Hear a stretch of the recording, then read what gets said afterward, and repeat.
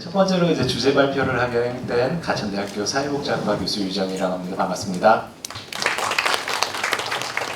오늘 이렇게 발표를 하게 됐는데요. 이 행사를 같이 이제 주최를 해주신 선진복지사회연구회의 이정숙 회장님과 그리고 성남 시민포럼의 이경석 회장님과 회원들께 모두 감사 인사드립니다. 이렇게 많은 성남을 이끌어가고 계신 리더분들께서 오실 줄 몰랐고요. 그러다 보니까 되게 긴장도 되고 그렇습니다. 네, 오늘 이제 제가 발표를 하게 된 내용은요, 노인 돌봄 간병의 문제점과 이제 개선 방향입니다. 그리고 오늘 이제 여기 보시는 것처럼 저 외에도 여러분들께서 토론자로 참여해 주시는데요. 아마 발표 자료 이렇게 자료집 보시는 것처럼 되게 알찬 내용으로 토론을 준비해 주셔서요. 저는 그에 앞서서 일반적으로 지금 한국에서의 노인 돌봄 현실이 어떻고 이제 앞으로 좀 우리가 큰 방향으로 어느 방향으로 나아가야 할까 그런 일반적인 이야기라고 생각해 주시면 될 것 같습니다. 그 이후에 아마 주제 토론회에서 각자 되게 전문성을 갖고 계신 분들께서 이제 세부적인 내용에 대해서 말씀해 주실 것 같아서 저는 그럼 전반적인 내용에 대한 소개 먼저 드리겠습니다. 제일 먼저 우리가 왜 이제 노인 돌봄과 간병을 이야기해야 될까 그 이야기를 드리려고 하는데요. 한국에서 이제 고령화가 심화되고 있다는 것은 모두 아마 체감하고 계시고 뉴스라든지 이런 미디어에서도 접하고 계실 것 같습니다. 근데 우리가 지금 아마 내년 정도 되면 노인 인구수가 노인 인구 비율이 20%를 넘는 이제 초고령 사회에 진입한다고 하는데요. 그 이후로도 2040년대가 넘어갈 때까지 거의 노인 수의 비율이 한 47% 될 때까지 계속 증가할 전망이고요. 그리고 그때 되면 지금보다도 거의 2배 가까운 어르신분들이 이 사회를 함께 살아가게 될 겁니다. 근데 이게 왜 그게 문제냐라고 이야기를 할 수 있는데요. 그 어르신들이 모두 다 건강하고 또 생산적인 활동도 할 수 있으면 괜찮죠. 근데 이제 문제는 그분들이 결국 이제 어느 순간 이제 노인분들 중에서도 후기 노인, 70대, 80대, 90대 이렇게 넘어가면 어딘가 이제 돌봄을 필요로 하거나 아니면 각 병이 생기실 수밖에 없거든요. 근데 이제 그렇게 됐을 때 그분들을 모실 수 있는 분들이 부족하다는 겁니다. 이제 우리나라의 이제 인구 피라미드를 보면 이제 피라미드라는 것은 말 그 자체로 그 아랫부분이 튼튼하고 위로 갈수록 작은 이런 구조를 가져야 되는데 우리나라의 인구 피라미드는 이제 점점 역피라미드 형태가 되고 있습니다. 이 얘기는 곧 무엇이냐면 이 연세가 많아서 90대 아니면 이제 나중에 100세 어르신도 나타나겠죠. 그분들을 모시게 될 20대, 30대, 40대는 상대적으로 이제 적어진다는 얘기거든요. 근데 그런 것들이 결국은 돌봄 공백을 발생시킬 수밖에 없습니다. 그리고 그런 돌봄 공백 발생이 벌써 문제가 되고 있고요. 특히 이제 노인 장기요양보험 제도가 우리가 일반적으로 제일 많이 이용하고 있는 제도인데 거기서 일을 하실 분들께서도 지금 요양보호사로 고생을 정말 많이 하시죠. 그분들이 지금도 연세가 거의 50대에서 60대 되시는 분들이 대부분입니다. 근데 결국은 그 50대, 60대가 지금 인구수만큼이 앞으로 유지가 안 될 것이기 때문에 노인 장기요양보험에서도 돌봄 공백이 발생하겠다는 거고요. 그래도 그나마 이제 노인 장기요양보험이라든지 이런 것들은 제도화되어 있어서 우리가 한 소득 수준에 따라서 비용을 전혀 내지 않거나 아니면 5%에서 15% 정도의 본인 부담으로 이용을 하고 계시고 나머지는 이제 보험의 형태로 이제 지원을 받고 있는데 그 지원이 되지 않는 부분이 어디냐 하면 간병비입니다. 이 간병비는 국가적으로 지금 지원이 되고 있지 않습니다. 근데 이게 최근에 들어서 사회 문제로 우리가 더 부각을 시키고 또 더 체감을 하게 되는 이유는요.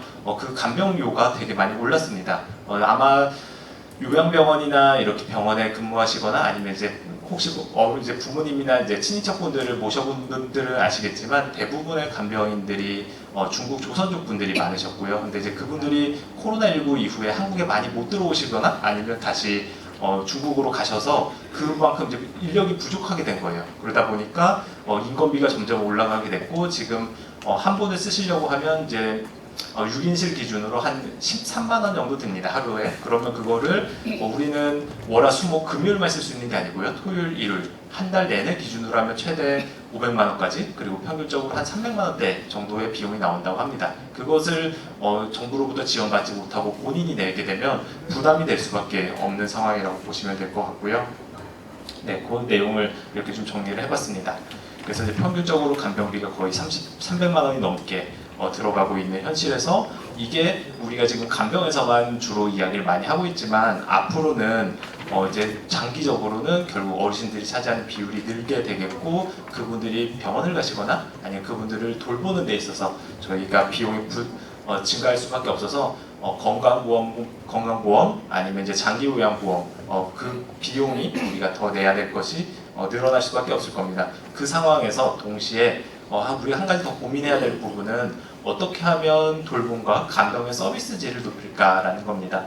지금 서비스 자체가 없는 건 아니잖아요. 근데 우리가 이제 부모님을 어딘가 요양원에 모시고 싶어도 어디를 모실까 고민하게 되는 지점은, 내가 여기를 부모님을 모시게 돼도 여기가 과연 믿을 수 있는 것인가? 그리고 우리 부모님이 그곳에 가셨을 때 정말 편안하게 즐기면서 여생을 보내실 수 있을까라는 믿음이 있어야 되는 거거든요. 근데 그런 믿음을 가지려면 결국은 믿을 수 있는 서비스의 질이 높아져야 됩니다. 그렇기 때문에 단순하게 누군가가 가서 그냥 돌보고 간병을 하는데 그치지 않고 이분들께서 양질의 돌봄과 간병을 하실 수 있도록 우리가 제도적으로도 그렇고 서비스도 개선할 필요가 있는 거가 되겠고요.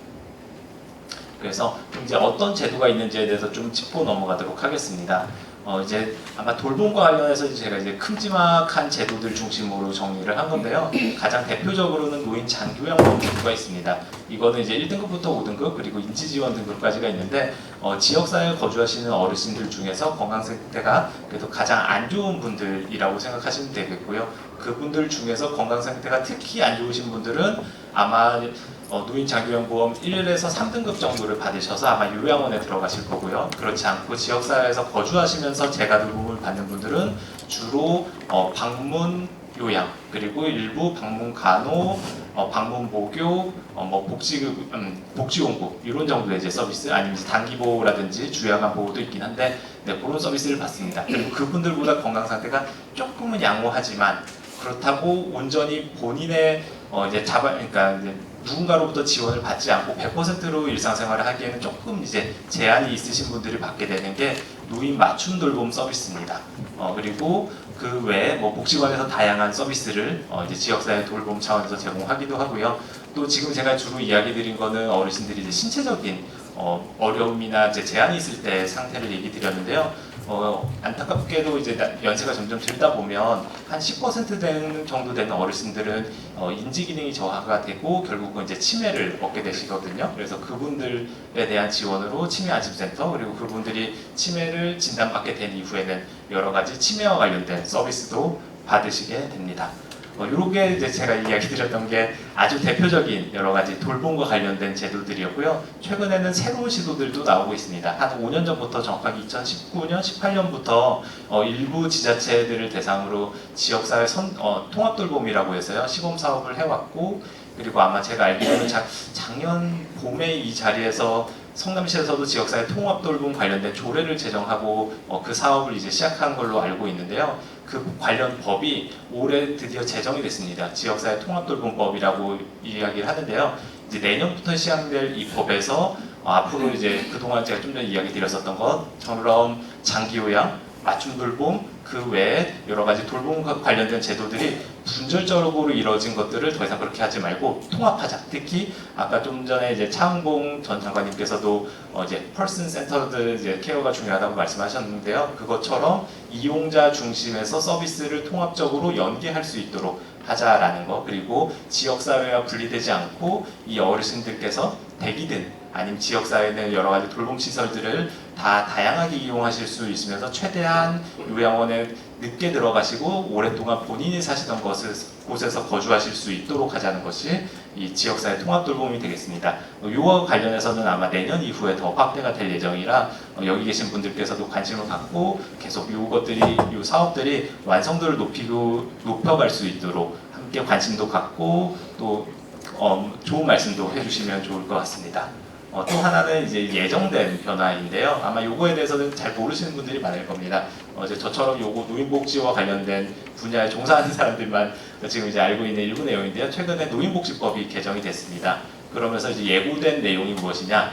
고령 친화 산업 그리고 노인정책 영향평가라는 것을 도입하게 됩니다. 그래서 요거는 이제 차츰 내년 내후년부터 이제 도입될 제도인데요. 여기에서도 되게 중요한 영역을 차지하는 것이 노인 돌봄입니다. 그래서 앞으로 이제 성남시 차원에서도 지금까지는 이미 시행되고 있는 노인 장기요양보험이라든지 노인 맞춤 돌봄, 그리고 작년부터 올해까지는 이제 지역사회 통합 돌봄 정도를 어떻게 보면 이제 함께 만들어가고 시행하고 계실 텐데요. 다른 지자체보다 이제 저 같은 경우는 이제 성남에 있는 가천대로 온 지는 한 5년 정도 됐는데요. 이제 그 전에는 이제 한국보건사연구원이라고 이제 정부 출연 연구기관에서 이제 다른 지역이나 아니면 이제 중앙 정부와 관련된 사업들이나 정책들을 많이 해왔습니다. 그랬을 때 바깥에서 봤을 때 성남시라고 하면 복지와 관련해서 제일 대표적으로 앞서가고 그리고 대표적인 사례로 소개되는 곳이기도 하거든요. 그렇게 됐을 때 좀 전에 이야기 드렸었던 고령 친화 도시 그리고 노인 정책 영향평가 이런 것들이 도입되기 전에 성남시에서 혹시 이제 올해 내년 이런 것들을 앞서서 만약에 하신다면 다른 지자체들을 선도해서 방향성을 제시해 줄 수 있는 그런 지역도 될 수 있을 것 같아서 여기에 대해서는 조금 더 관심을 가져주시면 좋겠다라는 이야기를 드리고 싶었습니다. 그래서 중간중간에 제가 발표를 하면서 섞여서 나오긴 했는데요. 그럼 노인 장기요양보험 제도 관련해서 어떤 주요 이슈가 있는지 이야기를 드리면 아무래도 이제 중장기적으로 재정이 악화될 수밖에 없는 상황이고요. 그러다 보면 이제 그 보험료를 내는 분들이 입장에서는 절대적인 금액도 그렇지만 본인 소득에서 차지하는 그 비율도 점점 높아져 왔고 앞으로도 이제 그렇게 될 겁니다. 그랬을 때 우리가 이 보험료를 어떻게 감당할 것인가라는 것이 중요한 포인트입니다. 그리고 또 하나는 노인 장기요양보험 제도가 2018년에 도입이 되고요. 그게 벌써 17년이 흘렀습니다. 17년이라는 시간이 짧으면 짧을 수도 있지만 꽤 긴 시간이거든요. 이 당시 제정되고 처음 시행됐을 때만 하더라도 우리나라의 노인 비율이 지금의 절반 정도밖에 되지 않았습니다. 근데 그 사이에 벌써 노인의 비율이 20%가 넘어갔고요. 앞으로 40%가 넘어갈 때까지 우리는 계속 증가할 거거든요. 근데 제가 아까 잠깐 얘기 드린 것처럼 이제 노인 장기요양보험의 급여 제도가 재가급여 내에서는 거의 대부분이 방문 요양에 치중이 되어 있고요. 나머지는 별로 없습니다. 근데 최근에 이제 어르신들이 크게 다치시고 특히 이제 넘어지게 되면 골반뼈가 이제 골절이 생긴다든지 그러고 이제 병원에 오래 계시다가 다시 댁으로 가시면 그 과정에서 이제 재활이 필요하거든요. 근데 그 재활에 관련된 급여가 없습니다. 그래서 제가 재활이라는 걸 하나를 이제 단적인 예로 설명드렸지만 지금 장기요양에서 없는 여러 가지 급여 제도 그리고 최근에 이제 이따가 아마 소개해 주실 분이 계실 텐데 노인 이제 독거노인 응급안전안심 서비스라고 해서 이제 댁 내에 뭐 여러 가지 센서를 설치해드리거나 AI 스피커를 설치해드리거나 그리고 그걸 통해서 이분들이 소외되지 않고 여러 가지 일상생활에서의 지원도 받고 안부 확인도 하고 필요한 경우에 SOS도 요청할 수 있는 그런 서비스들도 있는데요. 그런 혁신 기술이라든지 그런 것들이 지금 제도화가 되어 있지 않습니다. 그런 것들도 앞으로 필요하지 않을까라는 이야기를 드리고요. 그리고 요양보호사 선생님들이 자격증을 따고 막상 활동하시지 않는 분들의 비율이 되게 높습니다. 누적된 분들이 거의 50%를 넘어가거든요. 그 얘기는 이분들이 처음에 관심이 있어서 시장에 들어오셨다가도 하다 보니까 너무 힘드신 거예요. 그리고 그에 비해서 처우가 좋지 않은 거죠. 근데 만약에 이분들에 대해서 처우를 그만큼 사회적으로 뭐 급여가 됐든 복지가 됐든 사회적인 인식이 됐든 충분히 그만큼을 해드리게 된다면 그분들이 과연 계속 일을 하지 않고 남아 계실 것인가 다시 돌아오실 수도 있거든요. 그럼 아까 제가 얘기 드렸었던 수요에 비해서 공급이 부족한 문제가 해결될 수도 있을 겁니다. 그에 대해서도 고민이 필요하겠습니다. 또 하나는요, 이제 지역 간 격차입니다.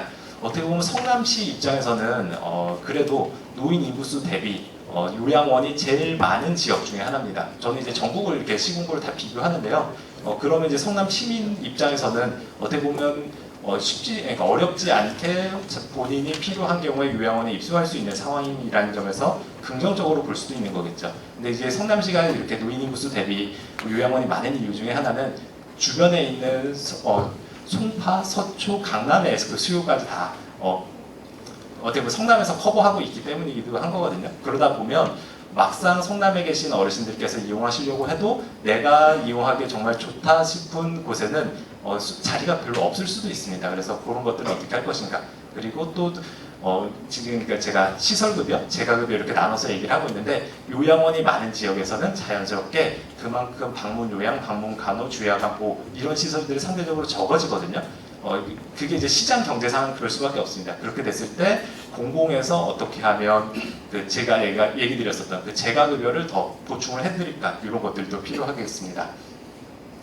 네. 그러면 이제 다음 페이지를 좀 더 넘어가서 제가 속도를 내야 되겠네요.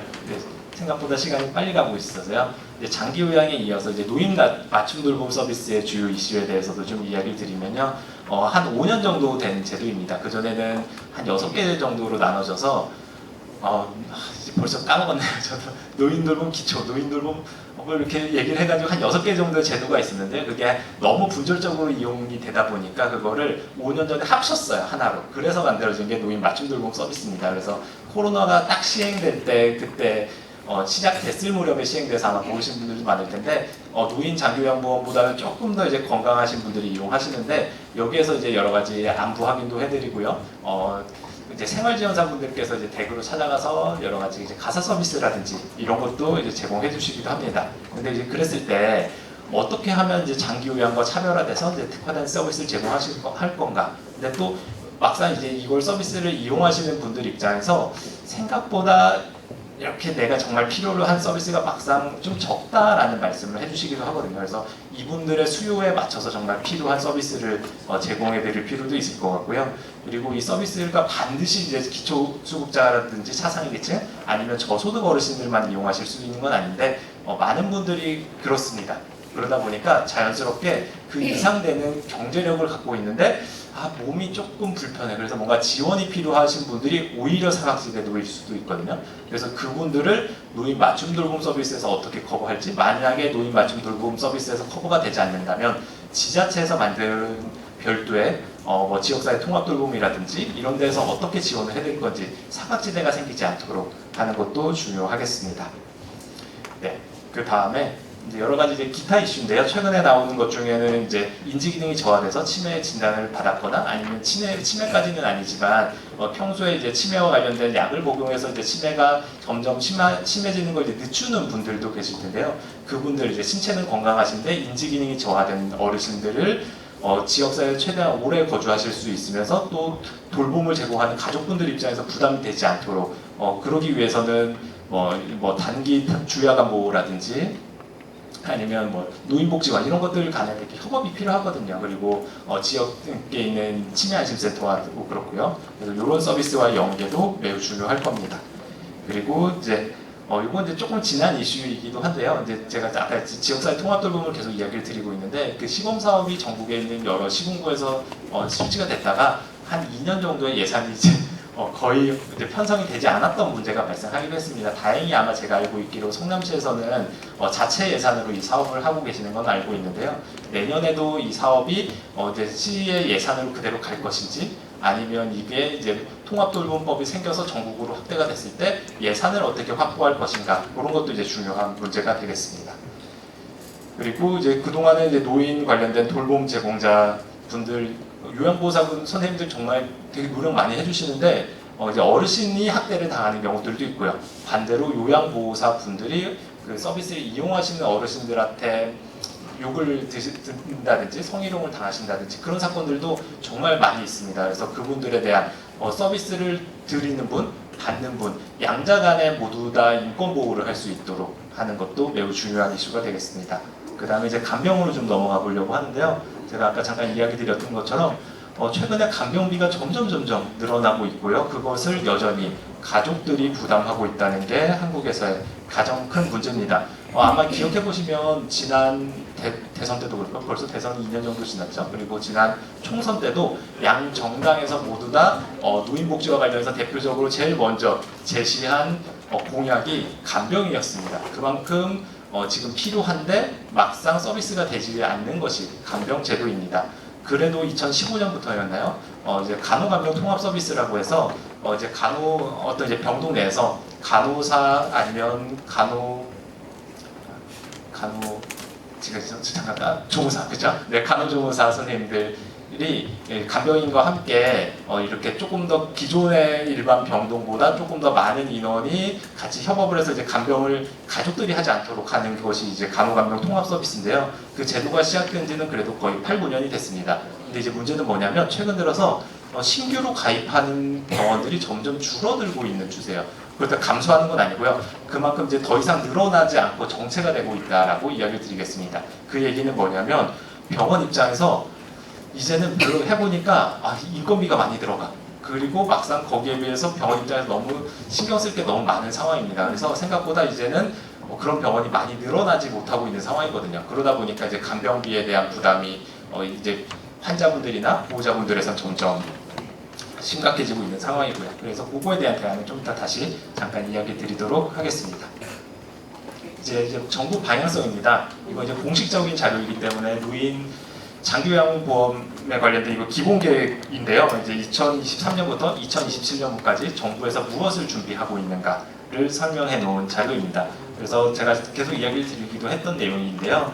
결국은 보장성이 강화돼야 된다. 그래서 이제 소득 수준에 상관없이 여러 가지 서비스를 받으실 수 있어야 되겠고요. 그리고 자기가 필요로 하는 서비스를 선택해서 받을 수 있도록 하는 것도 되게 중요하겠고요. 그리고 단지 서비스를 제공하는 걸 넘어서서 이제 서비스의 퀄리티도 좋아져야 될 거고요. 그리고 그런 서비스가 이루어지기 위해서는 결국은 서비스를 받을 수 있는 기관들도 필요한 거잖아요. 그래서 성남시 같은 경우는 재가급여가 될 수도 있겠고, 다른 지역 같은 경우는 이제 시설급여를 할 수 있는 요양원이나 이런 것들이 앞으로 더 늘어날 필요가 있겠습니다. 물론 이제 우리가 나아가야 될 방향은 이제 지역사회 통합돌봄 아니면 지역사회 계속 거주라 그래서 가능하면 이제 댁내에 거주하는 게 되게 중요하긴 한데, 결국은 어느 순간이 되면 요양원이나 이런 시설이 필요한 순간들이 있거든요. 그리고 그곳에서 되게 좋은 역할도 많이 해주십니다. 근데 지금은 한국의 되게 특수한 현상이기도 한데, 집 아니면 요양원 아니면 요양병원 그 사이가 없습니다. 그래서 집과 비슷한 그런 환경에서 간호와 돌봄과 식사 지원을 적당히 받으시면서, 그렇다고 완전히 요양원처럼 이렇게 딱 좀 분리돼서 거주하시지 않을 수 있는, 이제 외국에서는 뭐 어시스티드 리빙이라고도 하고 다양한 주거 형태가 있는데, 그동안 한국에서는 그게 부족했거든요. 그래서 그런 거에 대한 확대가 있어야 합니다. 최근에 이제 노인 장기요양보험제도에서도 유니티 케어라고 해서 1인실을 쓰시는데 주방과 거실을 공유하는 그런 형태도 이제 시범 사업을 하고 있습니다. 근데 아마 접하지 못하셨을 거예요, 한국에서는. 그런 요양원의 형태도 성남에서도 앞으로 많이 만들어주시면 어르신들 입장에서 조금 더 비용 부담을 하셔야 되긴 하지만, 성남에 또 분당에 계시는 어르신들은 요양원보다 그런 곳에 거주하고 싶은 욕구와 또 그만한 경제적인 여력을 갖고 계신 분들 충분히 있을 거라 그런 시설들도 앞으로 늘어났으면 하는 바람입니다. 네, 노인 맞춤 돌봄 서비스에 대해서는 이따가 더 자세하게 말씀해 주실 것 같아서 시설이 이제 앞으로 관련된 서비스도 늘어나야 될 거고요. 그리고 관련된 생활지원사 선생님들도 그리고 생활지원사 선생님들이 정말 열정적으로 활동을 해주시거든요. 근데 이제 다만 약간 객관적인 입장에서 봤을 때 약간 아쉬운 거는 사회복지사나 요양보호사는 관련된 자격이 있습니다. 예를 들어서 요양보호사 선생님들은 요양보호사 자격증을 따기 위해서는 320시간의 교육이나 아니면 이제 실습을 받으셔야 되는데요. 그에 비해서 비슷한 업무를 하시는 생활지원사 선생님들은 이제 서류 면접 평가에서 그냥 선발이 되면 그 외에 다른 자격 조건 아니면 교육을 받지 않고 활동을 하실 수 있습니다. 그러다 보니까 이분들이 물론 열심히 해주시지만 그만큼의 서비스 질이라든지 아니면 서비스 전반적인 퀄리티 여러 가지 이제 문제가 발생하지 않는 데서 관리하는 데 조금 어려움이 있을 수도 있거든요. 그래서 그런 생활지원사 선생님들에 대한 보수 교육이나 이런 것들도 이제 필요하다라는 이야기를 드립니다. 이제 앞으로 간병비를 이제 줄이기 위해서 아니면 간병을 확대하기 위해서 간호 간병 통합 서비스를 중심으로 이제 그런 병원을 많이 확대하겠다라는 것을 작년 말 올해 발표를 하기도 했습니다. 근데 과연 이걸로 충분할까라는 이야기를 좀 드리고 싶은 건데요. 네, 그거 이제 좀 이따 다시 이야기를 드리겠습니다. 일단 정부에서는 발표한 거는 그렇다라는 얘기를 드리고요. 그래서 이제 앞으로 어떻게 돼야 될 것인가 라는 방향성에서 한 3분 이내로 간단하게 이야기를 드리자면요. 아마 어르신들 입장에서 내가 몸이 안 좋을 때 어디서 어느 기관에 아니면 어떤 서비스를 받아야 될지 헷갈리실 수밖에 없습니다. 노인복지를 전공하고 있는 저도 헷갈립니다. 정말 많은 제도가 있고요. 정말 많은 기관이 있습니다.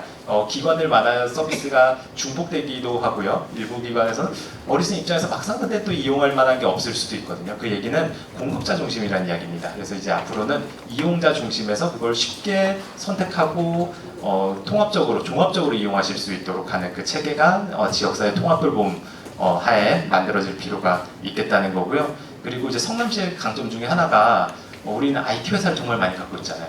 있죠. 그리고 그 IT 회사에서 만들어진 제품이나 서비스는 국내 다른 지역으로도 확대돼서 판매도 될 수도 있고요. 넘어가서 다른 나라로 수출도 할 수 있습니다. 성남에 있는 되게 유명한 저희 분야에서 유명한 기업 중에 하나는 뭐 큐라코라는 회사들도 있는데요. 이제 최근에 이제 복지부나 아니면 이제 다른 뭐 중기부 이런 데로부터 많은 지원을 받는 회사이기도 한데요. 그런 회사가 성남에 있거든요. 그런데 또 일본의 개호보험이나 아니면 요즘에는 유럽으로도 관련된 제품을 수출하시기도 합니다. 근데 이런 것들이 앞으로도 다른 지역 아니면 더 많이 확대돼서 어르신들도 이런 서비스, 더 좋은 제품 이런 것들을 이용하실 수 있도록 하는 돌봄 기술이 개발도 되고 그럴 필요도 있겠습니다. 그리고 성남에는 다른 지역이 거의 없는 고령층간 산업혁신센터 그게 있고요. 그게 아마 성남 시니어 산업혁신센터 이런 걸로 아마 알고 계실 텐데요. 그게 진짜 다른 지역에서 엄청 부러워하는 그런 곳이거든요. 그래서 그 곳이 더 그런 역할들을 잘할 수 있도록 지원도 되고 알려지고 했으면 하는 바람입니다. 마지막으로 한 가지 드리고 싶은 이야기는요. 이제 간병입니다. 간병에 대해서는 지금 이제 정부의 어떻게 보면 기조라고 할 수 있는 거는요. 이제 간호 간병 통합 서비스인데요. 이걸 충분한가? 전 그렇지 않은 것 같아요. 이게 작년에 경기복지재단에서 나왔었던 이제 공공에서 어떻게 특히 이제 경기도 차원에서 간호 간병, 이제 간병을 특히 어떻게 지원할 수 있을까 하는 과제인데 제가 몇 번 자문을 하고 그 전에 관련된 선행 연구를 했어서 이렇게 갖고 왔는데요. 지금은 이제 아마 민간에서 우리가 실손보험은 다 하나씩 갖고 계시죠. 근데 실손보험에 플러스로 최근에 계신 분들이 하나씩 이제 들기 시작하는 게 간병보험입니다. 근데 이게 몇 년 지나면 실손보험이 없으면 우리가 공공에서 건강보험에서 감당 안 되듯이 간병보험도 무조건 들어야 되는 그 보험이 될 수밖에 없거든요. 근데 이렇게 방치할 것인가?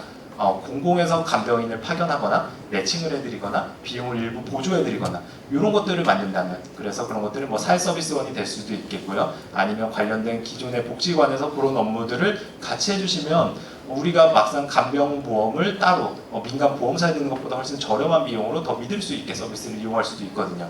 그런 거에 대해서도 좀 다양한 방법에 대해서 도입을 하기를 바라고 성남시가 그걸 먼저 해주신다면 아마 다른 지역에도 확대될 수 있을 거라 믿고 그런 것들을 부탁드리면서 제 발표 마치도록 하겠습니다. 잘 들어주셔서 감사합니다.